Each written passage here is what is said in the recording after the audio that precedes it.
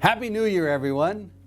As we get the ball rolling in 2025, I think commercial real estate investors have a lot to look forward to, both from an operational standpoint as well as from an investment transaction point of view. Reflecting on 2024 for a moment, the year was a bit choppy, but I'd say the year closed out strong. One of the things that was top of mind for me in November and December was consumer sentiment and small business optimism. I was really curious to see if they'd get a bounce from the election.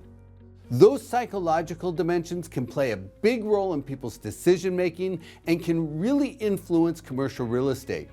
As I've mentioned in the past, consumer sentiment impacts household formation. When consumer sentiment is on the rise, household formation generally increases, and when it falls, household formation slows down. So it's a key leading indicator for apartment absorption trends. Likewise, small business optimism is a good indicator of both hiring trends and commercial real estate transaction activity.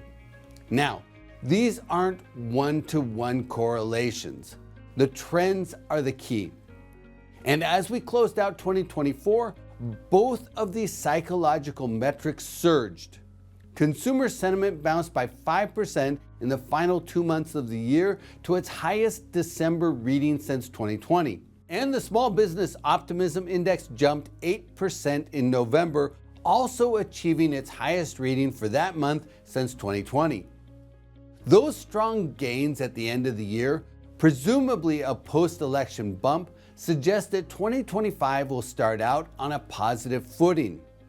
Yes, there's still uncertainty surrounding some macro level policies like tariffs and immigration, and we'll have to see how inflation plays out over the course of the year.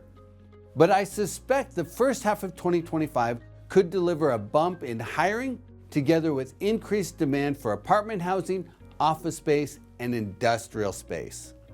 Retail space demand is already strong, but absorption will be limited by space availability. Basically, vacancy rates are at a record low with very little retail space being built. So I'm not expecting a surge of retail space absorption this year because there's very little available space to fill. Now, if strengthened sentiment translates to positive space demand across the various property types, it could boost commercial real estate investor activity. The market will likely still face headwinds from elevated interest rates, and that will sustain the gap between buyer and seller expectations. But improving property fundamentals could help bridge that spread. We're still waiting on final numbers for the fourth quarter, but the total number of commercial real estate transactions last year was about on par with 2015. Roughly 63,000 deals over $1 million for the 4 main property types. I suspect transaction velocity for 2025 will top that level, especially if confidence levels continue to trend upward.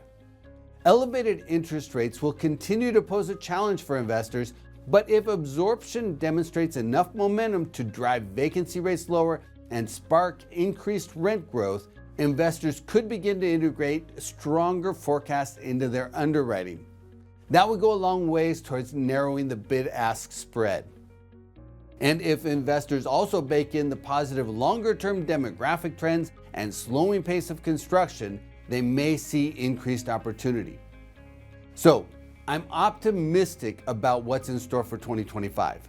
The road ahead may be a bit bumpy, but the recent surge of consumer sentiment and small business optimism could be the early signs of a positive trend. But the real kicker will materialize over the span of years. Positive demographics will support demand while the construction slowdown restrains supply.